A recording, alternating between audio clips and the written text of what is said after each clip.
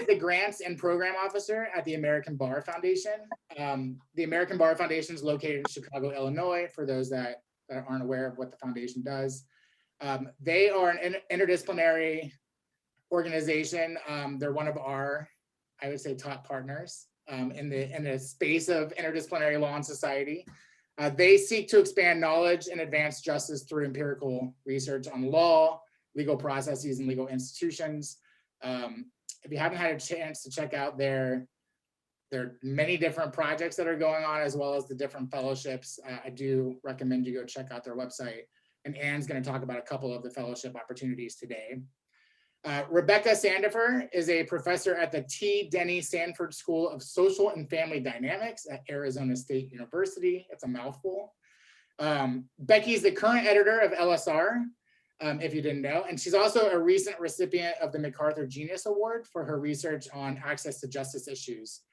Today, she's going to talk about the dissertation grants that are available to you, which is funded by the National Science Foundation and is now being administered through Arizona State University.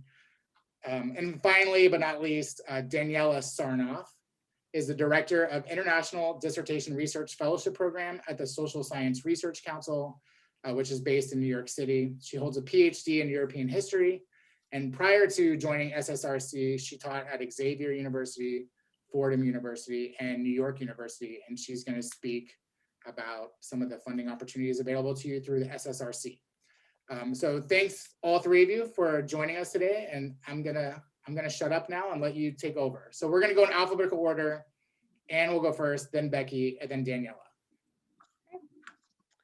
Thank you so much, Steve, and the Law and Society Association for convening this today. I'm really excited to be here and to share some information about our American Bar Foundation's doctoral fellowship programs. As Steve mentioned, the American Bar Foundation is among the world's leading research institutes for empirical and interdisciplinary study of law. While the ABF was founded by the American Bar Association's Board of Governors, it was designed to be an independent entity, and it is distinct from the ABA, and that is indeed how we operate today. So our mission is to expand knowledge and advance justice through innovative, interdisciplinary, and rigorous empirical research on law, legal processes, and legal institutions. And we do advance that mission by supporting our ABF faculty in producing that kind of research, and then also by training the next generation of scholars through our undergraduate, doctoral, postdoctoral, and faculty fellowship programs. And we've been offering this type of fellowship training for about 30 years now, so we have a lot of experience doing this. In my role as a grants and program officer at the ABF, I help solicit and manage grants both to support the faculty research and also to support these programs. So hopefully I can answer your questions as I have privy to all the detail on the programs. Our broad goal with our doctoral fellowship programs is to support innovative research on law and social science, of course, and also to support young scholars doing this research, particularly scholars from groups that are underrepresented in academia. Ideally, when our doc fellows complete their fellowships, they'll leave with their dissertation complete, publications and presentations under their belts, a broad professional network to draw upon, and confidence in their knowledge of the sociolegal research process and their own ability to work as a contributing member in an interdisciplinary academic research domain. The ABF has been really fortunate to have longstanding partnerships with the National Science Foundation, the Access Lex Institute, and Northwestern University, who've all generously supported doctoral fellowships with the ABF. For each of these programs, the experience we offer and our application process is largely the same across programs. So I'll talk about those things in a minute. The main thing that distinguishes the programs is the substantive research focus, and to some extent, one's eligibility for that. So for each program, so I'll talk about those first. For all of these programs, applicants must have completed all doctoral requirements except for their dissertation prior to starting the fellowship. So for example, our incoming fellows this year will start and they'll have to have completed their doctoral requirements by September 1st, other than the dissertation, of course. Okay, so the first program is the ABF Northwestern University Doctoral Fellowship Program in Law and Social Science. It is broadly focused on supporting students who are studying law and social science, social scientific approaches to law, legal institutions, legal profession, or social justice. So it's fairly broad in terms of the substantive focus. However, it is only limited to current Northwestern students. So we do seem to have applicants every year who kind of miss that and try to apply, but it really is only limited to Northwestern students. So that's something that's important to know. The other two programs are much more open. They're not limited in that way. And those are the ABF National Science Foundation Doctoral Fellowship Program in Law and Inequality. As the name implies, there we're looking for people focused on research in law and inequality.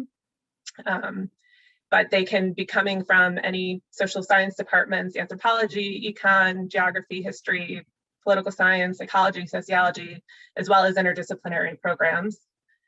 And then the other program, we have the ABF Access Lex Institute Doctoral Fellowship Program in Legal and Higher Education. Again, as the name implies, is focused on supporting scholars studying legal and higher education, which can be issues of access, affordability, value.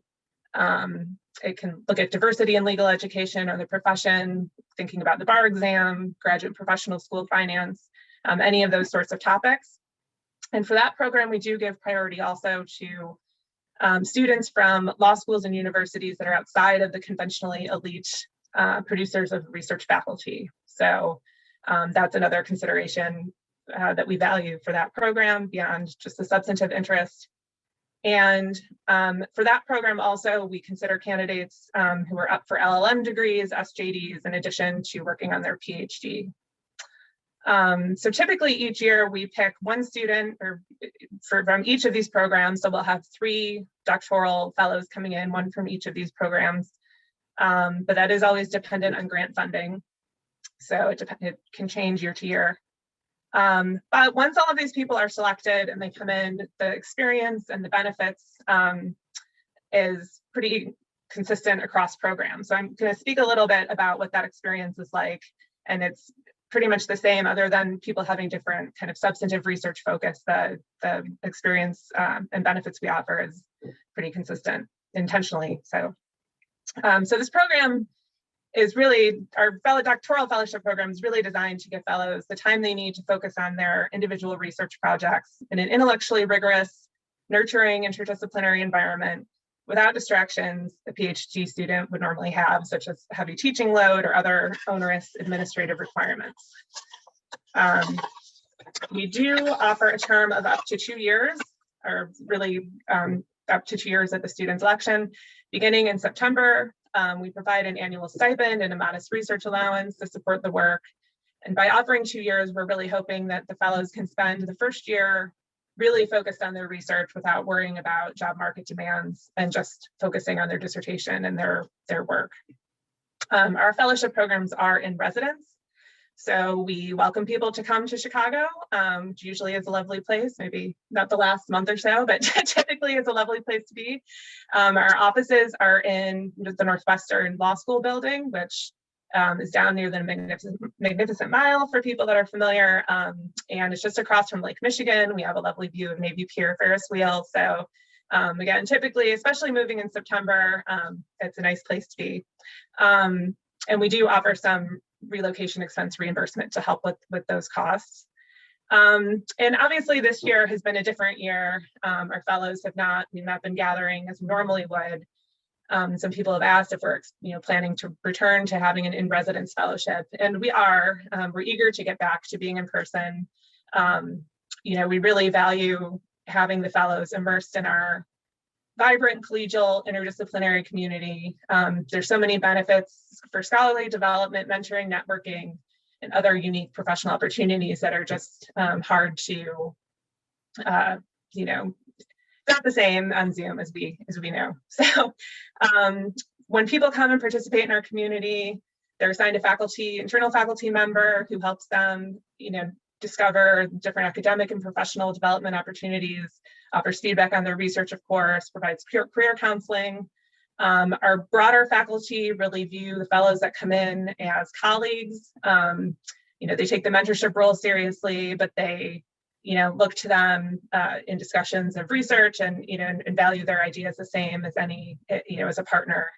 So I think is important to mention. We also pair our fellows with an external mentor, and depending on how that relationship goes, that person can be a really valuable resource for also helping with other, getting job interviews and panel placement, book chapters, and be another great external source of collaboration.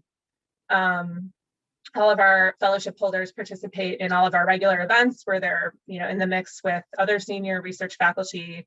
Of course, there are other cohort of doctoral and postdoctoral fellows.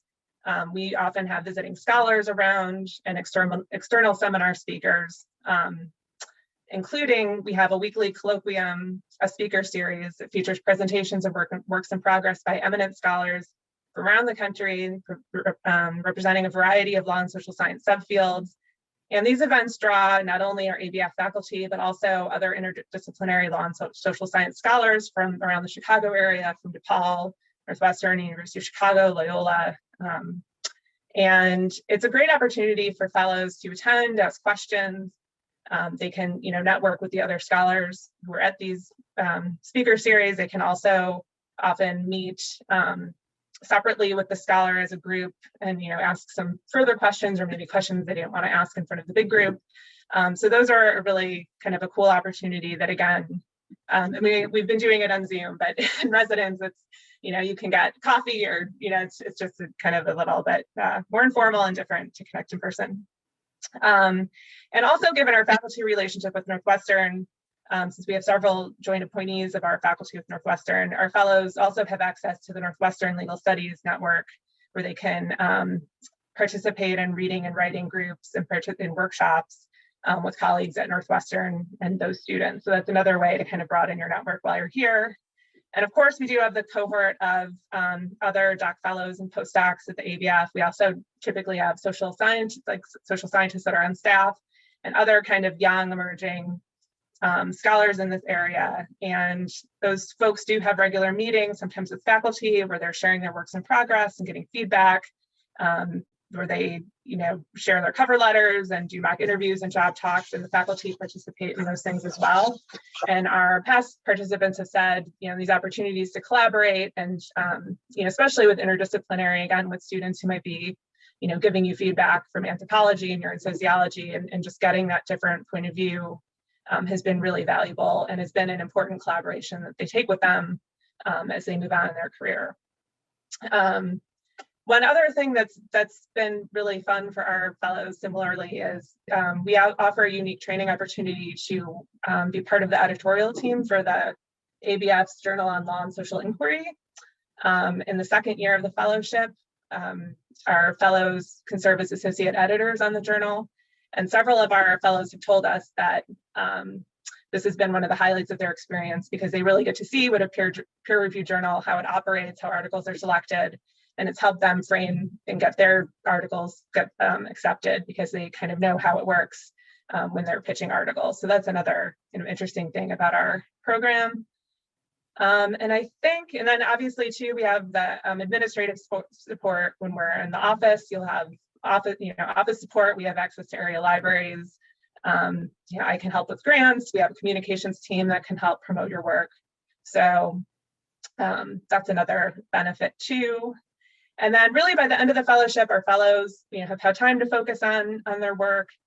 They've, cultivated a broad network across disciplines and universities with internal and external folks. They've gained experience on this journal, and all of it really makes them well positioned to take that next leap in their career. And we've been really proud and excited that they do really well. Our doctoral fellowship programs have been very successful, where by the end of their fellowships, nearly all of our fellows have completed or almost completed their dissertations. Many of them have published or have publications forthcoming by that point. Nearly 90% of them go on to academic roles. About a third of those are joint appointments or in interdisciplinary programs.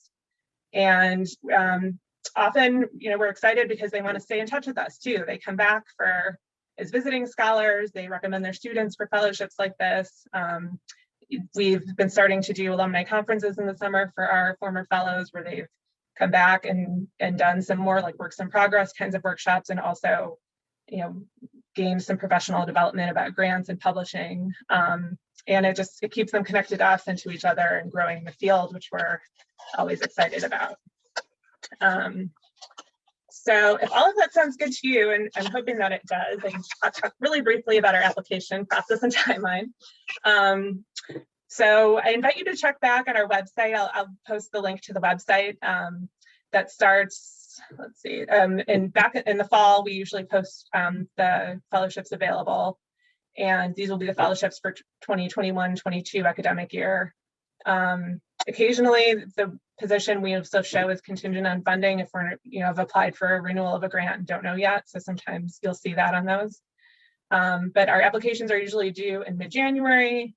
They are submitted online via Interfolio, reviewed by our ABF Doctoral Fellowship Committee, and then they select and usually notify people, usually around March. And then the selected fellows will join us in September. So I didn't have a chance to look. Oh, this is a US citizen. Let's see. So the NSF, I believe, is restricted to US citizens. And the other two can be non-US citizens. Non-US nationals are welcome to apply, but we don't have capacity to sponsor visas. So that's, I hope that answers that question. But if other people have other questions, you know, well, my email is in there, and I'll also post a link to our website, which has a lot of some of the detail that I talked about. But yeah, I hope you'll consider applying.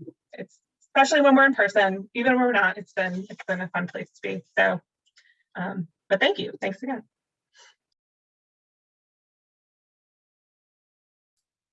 Great, thank you, Anne. So we'll go to Becky next. Great, thank you, Steve, and thank you to the association for the opportunity to share this with you.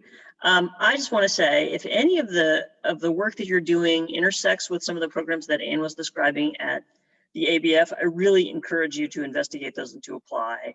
It's been my privilege to have affiliations of different sorts, never one of these classy things, but other kinds of affiliations of different sorts with the ABF over the years, and it's been really important in my own professional development, and it's filled with really lovely people. So that's a great opportunity.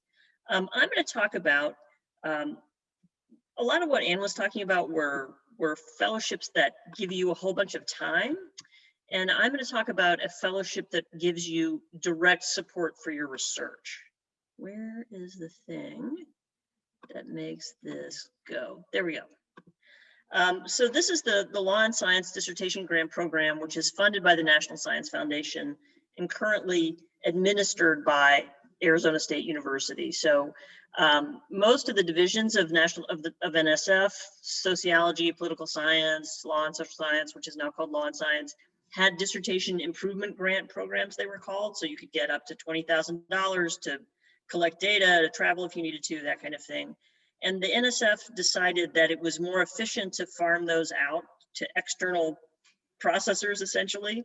But the programs that have replaced those internal processes are pretty much the same as the old NSF programs.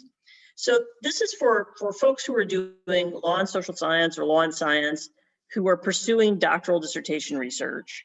As I said, it's NSF funded, but it lives right now at ASU. You can get up to $20,000 for direct research expenses. Typically the award's for a year. You can get an extension it's called a no cost extension usually if you don't have time to spend the money during the year. And the way it's funded right now, there'll be 12 to 15 recipients a year with 2 application cycles. You do not have to be a US citizen for this particular program. You need to be a full-time student. You need to be at a US institution pursuing a PhD, and you need to be ABD by the time you get the money. It's generally preferred that you're ABD at the time that you apply, but that's not required. Law and science is a huge interdisciplinary field. So anything that uses any of the methods of any science to think about law, legal institutions, how human behavior interacts with those things, and so on, would fall in this really big umbrella. So, you know, kind of classical criminology stuff and studies of courts that political scientists might do, but also as it's expanded beyond just the social sciences, stuff like biotechnology, the scientific aspects of forensic science, and so on. So very, very wide range of things. As I said, there are 2 application cycles a year. If you're familiar with the old NSF dissertation improvement grants, one of the big differences here is you are the PI. So if you get this grant, the money actually comes to you. There are no, I mean, it comes to you through your institution. You don't have a faculty PI who's kind of your shadow PI. No indirect costs. So if you get $20,000 from NSF, that's $20,000 you can actually spend on your research. And the review process is just like the old NSF review process. So each proposal is going to get 3 reviews from ad hoc reviewers. And then there's an advisory council that replaces the panels of experts that used to do this kind of review. If you get one of these awards to support your dissertation research, you can still list it as an NSF award, which in many people's field is a valuable prestige signal on your CV. The first submission deadline, and this is why I was so pleased that Steve was able to get us in front of you today, is April 30th of this year. And then we'll have another deadline in the fall. And my dog is barking and I can't make it be quiet because I'm the only person who's at home. So I apologize in advance. As I said, just like just very much like what the NSF required in the past. So if you have applied for one of these before or seen a model from someone else, you know, there's a project summary, there's always limitations on how much space you have to describe what you're doing. There's a very particular form for the way you tell NSF about yourself. You're going to describe what you need the money for and why you need it. You're going to talk about how you're going to manage the data. Are you ever going to make them publicly available? That kind of thing. You'll need a letter, instead of having a faculty member be the principal investigator, you're going to get a faculty sponsor who agrees to supervise you, and you'll have a letter from that person. If you're collaborating with a court or a police department, you're going to want to submit letters of collaboration that show that those folks are willing to work with you. So, you know, a fairly standard application package for something that is research support, because that's what you're going for here. The process looks like the old NSF review process. So it's reviewed based on merit. That's what they call it. So you have 3 ad hoc reviewers. They're going to be, their work then gets assessed by a committee, which is the advisory council, and proposals get placed into 4 different categories. So competitive high priority usually means it will be funded. Competitive low priority means it will be funded if there's enough money. Revise and resubmit means you're being encouraged to rework the proposal based on the reviews, and then it can also just be declined. If you're not funded for any reason, you're eligible to resubmit in the next round. NSF thinks about merit as having 2 parts. So one is intellectual merit, which is about advancing scientific knowledge. And the other is about broader impacts, which is about fixing the world.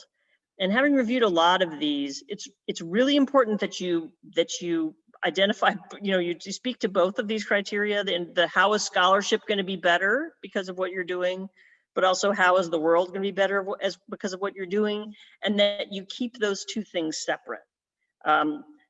Making the world a better place is not actually, from the perspective of basic science, a good thing. Right? It's a broader impact of doing the intellectual thing. So you just want to sort of keep those 2 things separate for this particular model. Every fellowship program has its own way of thinking about the world.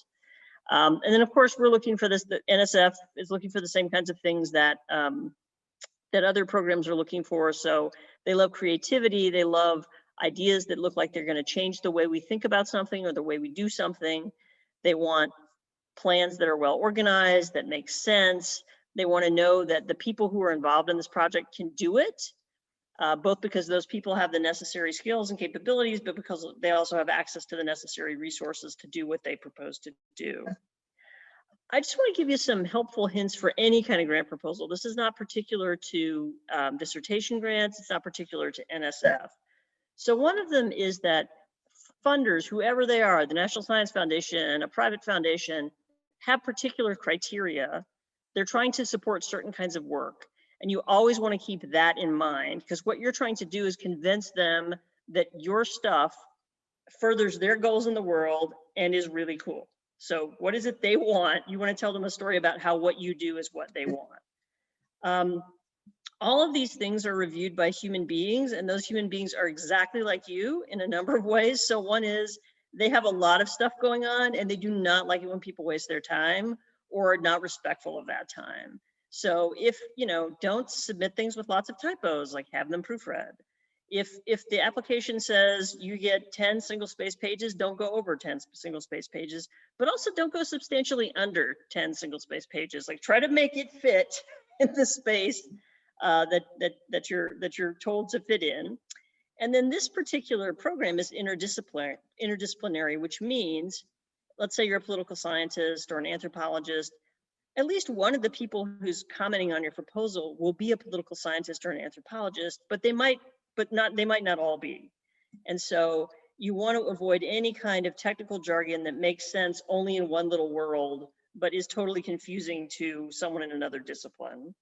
You also want to remember that in a interdisciplinary space, you may be the first person in sociology to study X, but political scientists may have been studying X or think that they've been studying X for 50 years.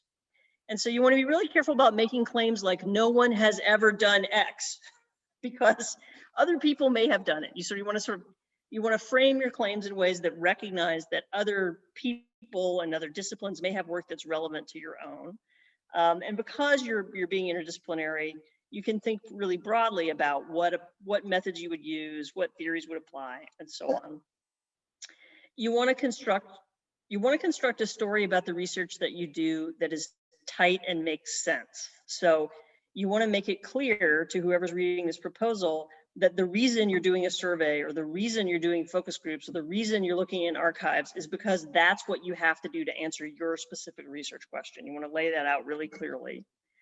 And then you want to be feasible. So, this is a grant for up to $20,000. It's for a dissertation, which is usually some short period of time of actual data collection and research, and then some other kind of short period of time of analysis and writing it up. And so you want to describe a project that you could actually complete during that time, but that's worth completing, right? So you want to say it's feasible, so impactful, but also feasible. And that, the other thing you want to do is, and this is true for grants that you apply for later when you're doing big research projects and for other kinds of dissertation support, you should never be afraid to reach out to program officers at the different organizations that sponsor these things. And there are two really good reasons to do that. One is they know all kinds of stuff and they will usually tell you. And the other is then they will remember your name, which is never bad. But because they're going to remember your name, you want to be nice.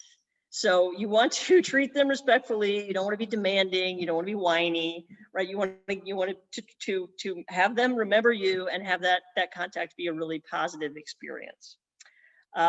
This is as I said, it's run out of ASU. We have a website where you can get all of this information about this specific program. There are a number of PIs on here, all of whom have been associated with the Lawn Society Association for a long time, and you should feel quite free, if you know one of the other guys, to reach out to them. You should feel quite free to reach out to me. And I very much hope, if this is something that would be useful to you in your work, that you will apply. Thank you.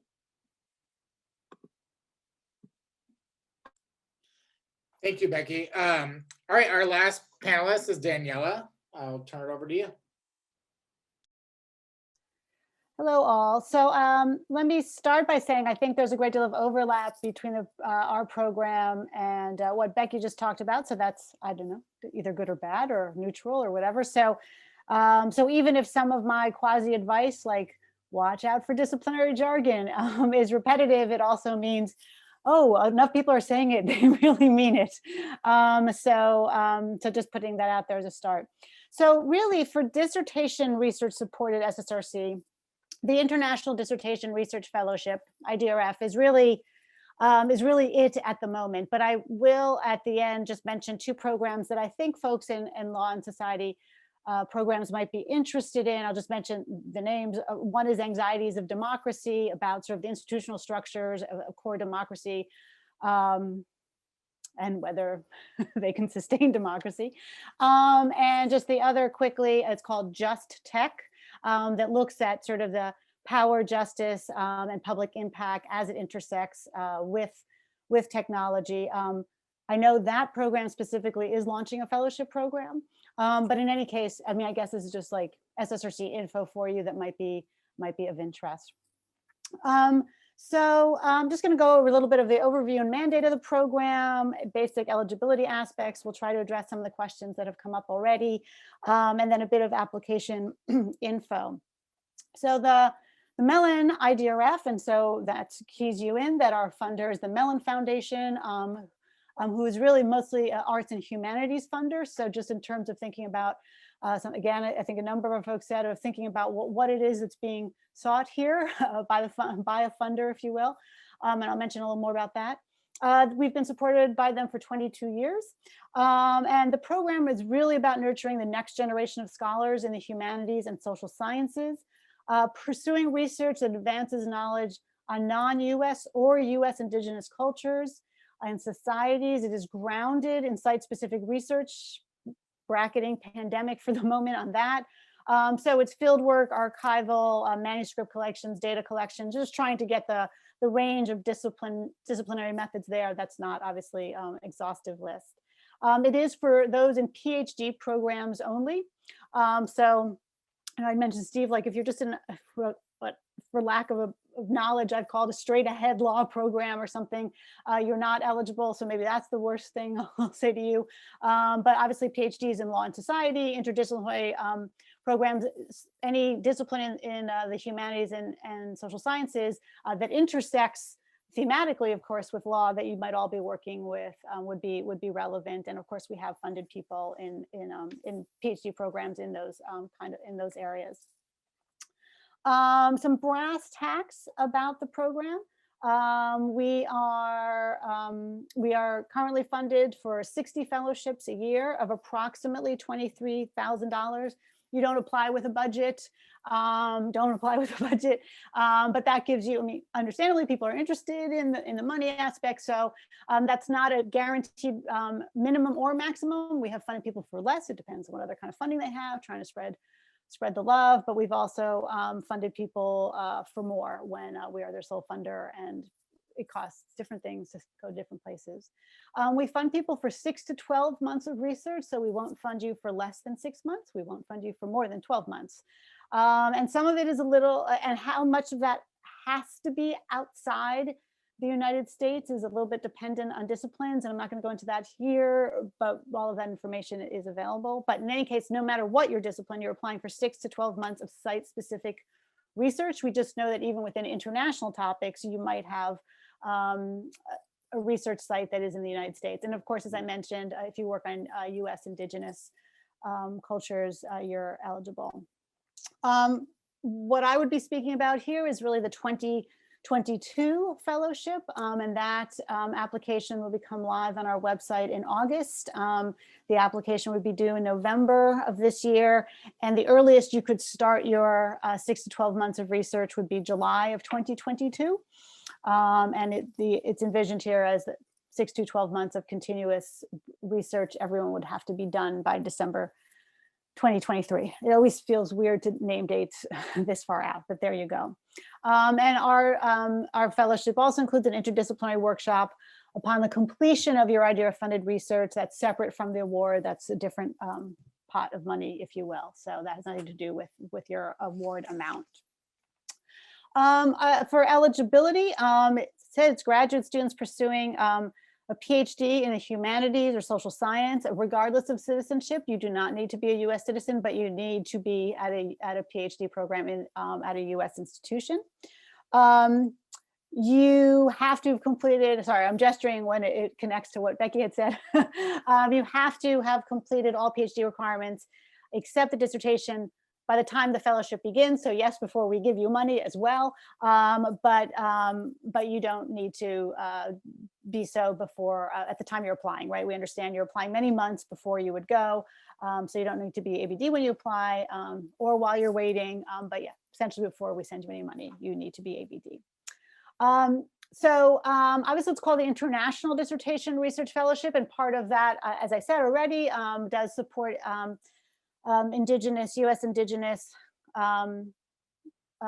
studies, sort of acknowledging sovereignty treaties and even the complications of what we mean by U.S. space as it relates to those things. Proposals that identify the U.S. as a case for comparative inquiry are also welcome, right? So for those conducting research on topics within Native American, Alaska Native, Hawaiian, Pacific Islanders, the idea will fund research on native lands, places and spaces that are located within the U.S. and territorial jurisdictions, but would be considered more broadly, right, native land. For those not working on U.S. Indigenous, you have to be working on a non-U.S. topic that requires some amount of international site-specific research, right? So it could be, again, we do a lot of comparative, we fund a lot of cross-regional work. It could be two regions that are, neither of them are the United States, but in terms of the U.S. angle, if you are working on, again, if you're not working on Indigenous, you do need to have an international component, a non-U.S. component. You know, if you're in doubt about like where yours stands, of course, you can email us and for clarification around those things. So a couple of things about the application. There's the basic application form. All of this is online. You can go to our website and see a PDF of this past year's application, which we do not plan any changes to that. As you can imagine, it's sort of basic info, contact, abstract, coursework. And other components of the application then are sort of three, and maybe you could say four other components. The big aspect is the 10-page proposal that I'll talk about just for 2 minutes more in a moment.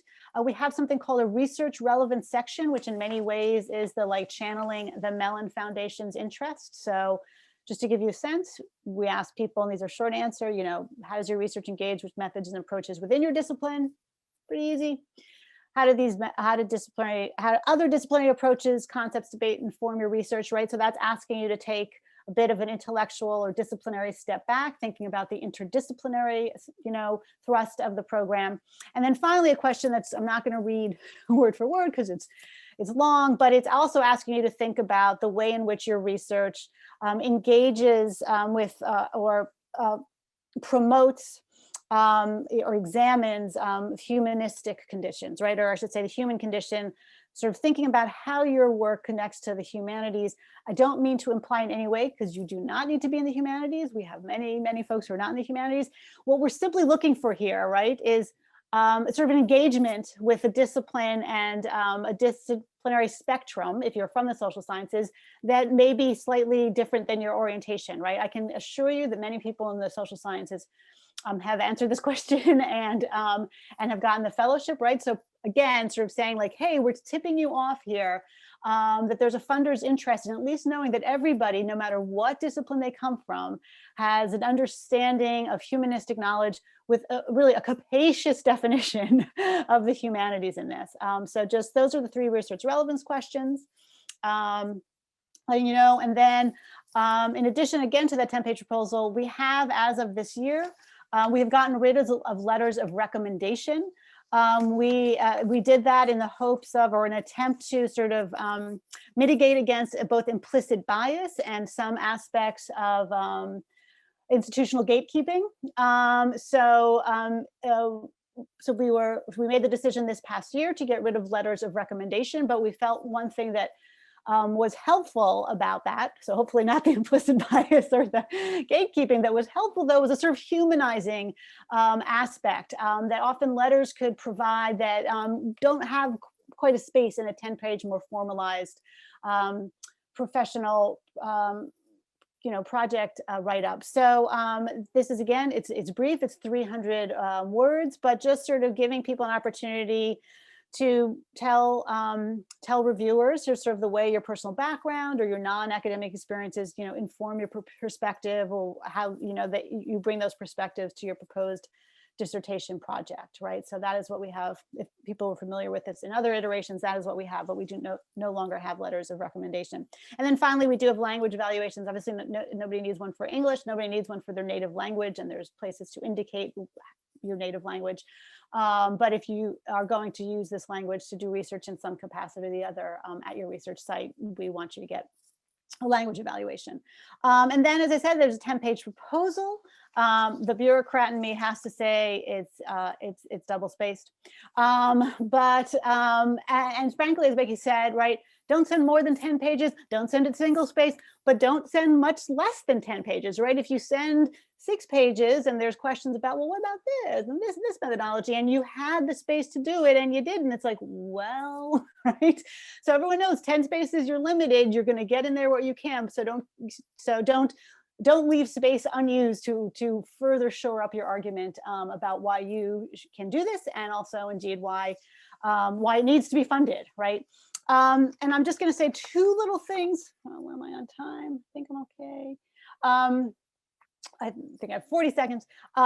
Similar to what Becky said, it is a multi-tier review process for IDRF.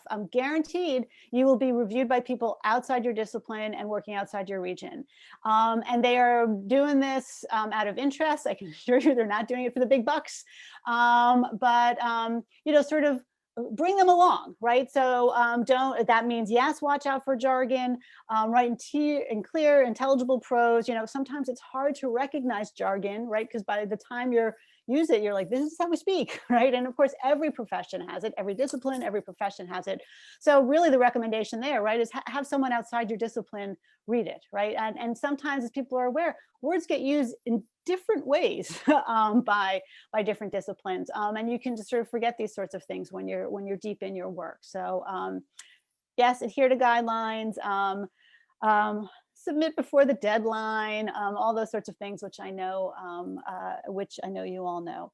And I will say, if you're interested in IDRF, we also do a public webinar, a couple of them every year, which we record. I think last year's is on the website, where I go into a little bit more detail about some of the components or the aspects of IDRF. So that's it for me. Take it away. So we'll start compiling some of the questions that have come through. I would like to start just real quickly with to kind of follow up on what Becky said about being creative. And I was wondering if you could speak to what makes for a compelling application to your program, not just on the bureaucratic side, which you did talk about, but more on the creative side. How can somebody stand out and kind of make a compelling argument? I'm willing to just start, just like I take like a question of sort of essentially what makes a compelling application in some way, right? A compelling, and I would say, the number one thing that I think reviewers at all different tiers pick up on in an application is enthusiasm. And I know, that's like one of those abstract things that's annoying for somebody to say, right? But I guess I would say to everybody, here you're applying to go often to remote parts of the world for a significant amount of time.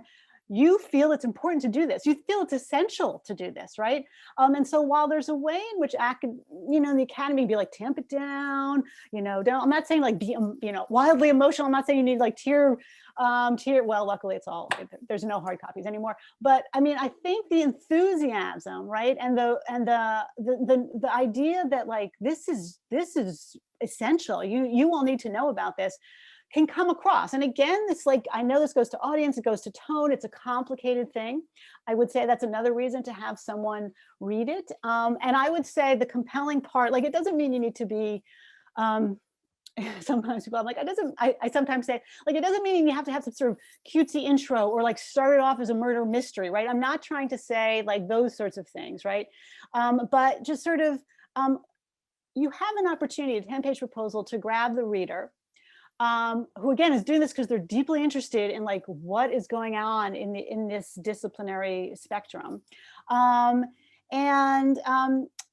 really is, take especially that first paragraph, that first page to grab the reader. Like, it shouldn't be about the other work that, of course, everyone's work depends on the other work that's been done, of course. But I say my shorthand, and then I'll shut up, is like, you shouldn't come to the end of the reader shouldn't come to the end of the first page and think, wow, that Foucault really was onto something, right? It shouldn't be like, wow, Bourdieu is really, really important. It might be very relevant to your stuff. And I'm not saying you shouldn't talk about theories, of course you should, right? But those folks have enough enough PR going for whatever. You understand the way I'm saying this? This should be about something that you can give to this. And again, I'm not saying it means it's in the personal narrative or anything like that, right? I'm saying, like, somebody should get to the end of your work and be like, oh, whatever work that was on X, and the plan to do this, and the way they're approaching that is interesting, right? So again, you might eventually bring Bourdieu and Foucault, and all those things are important, but really take that first page to grab the reader. I'll be quiet. So I agree with everything she said. I would just add, it's really one really effective rhetorical way to make a compelling case is to present to your reader a puzzle or a question that emerges out of whatever your field is, right? That we want to know the answer to, right? So you say, ooh, here's this complex, interesting, confusing thing. If I do this study, I can figure that out.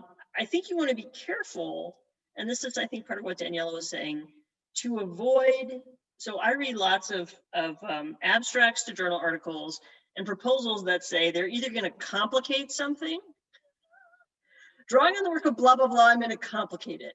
Okay, you are, right? That's an accurate description of what you're doing, but why would, like, this is not drawing me in, like, things are already really complicated. I want you to clarify them. The other thing to be really careful about as a motivation is that something is understudied. And I'm going to put this in the way I put it to my PhD students. There are lots of things we don't study for really good reasons. And it's because we don't learn anything by studying them. So if you're going to study a group that hasn't been studied before, or a place that hasn't been studied before, there has to be an additional part of it, which is because we've never studied X, we don't understand this thing we're already trying to understand. Now, should the world be that way? No, but that's the rhetorical structure you have to convince. Otherwise, you're just replicating something people have already done in Oklahoma City that was done in Tulsa, right? So why is Oklahoma City telling us something that we didn't learn in Tulsa, to give a really pedestrian answer? So you want to think about that when you're constructing these things, because you're trying to make a case that what you're doing is worth supporting with a small amount of money that cannot cover everybody who is doing cool stuff.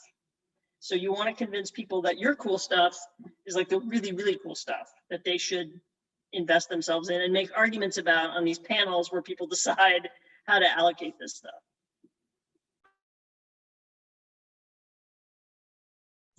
I don't think I have too much to add. I mean, second everything that they said.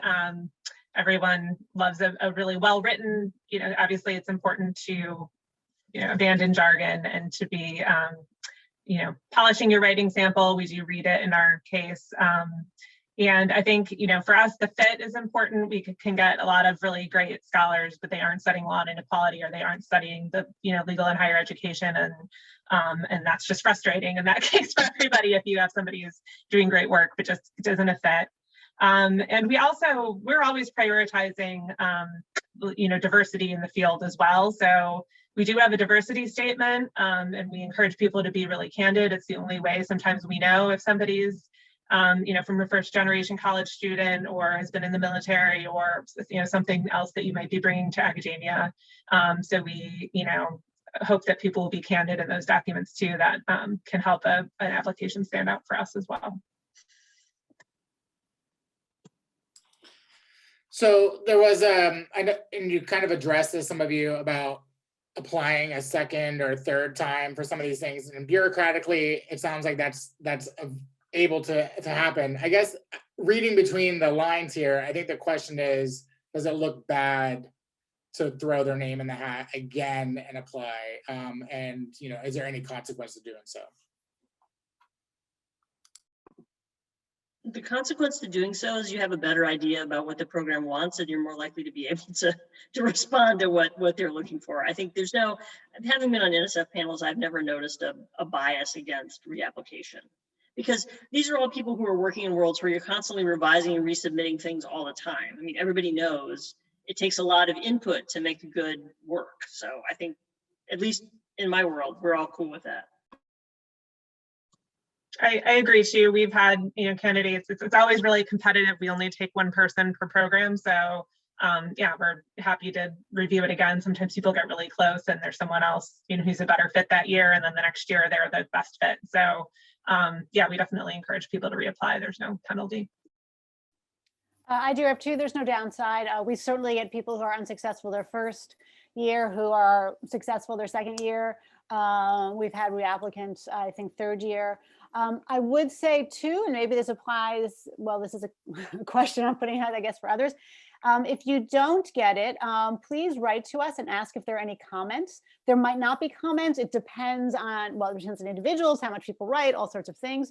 But certainly if there are comments, we are happy to share them with you. There is nobody better to send those to. People have spent time writing everything from bibliographical suggestions to other things.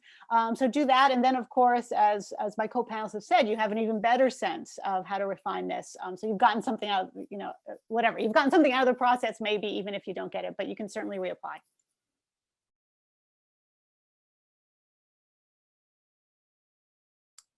So I think we have time for one more question. I guess we'll leave it to Jessica, who just wrote in. She's asking if there's a need to connect the research to the US legal context. I think Daniela has it's more international. So what types of international research would be a good fit for these funding programs? And then I'm just gonna piggyback on that because we did get an email with a question, in the context of the pandemic, and again, this is probably more geared towards the ASU NSF as well as the SSRC funding. For students who are doing research that is place-based outside the US that requires travel, how is the current context kind of complicating that process? And what does that mean for students who are applying for your program, who are going to be doing international research that requires travel and whatnot?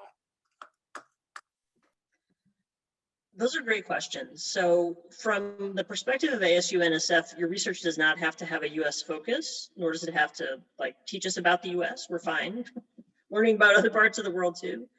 I think the question about how a world historical event that's unprecedented in everyone's lifetime is going to affect the way a panel of reviewers thinks about, you say you want to go to Costa Rica for a year and study something, and the question is, will Costa Rica let you in?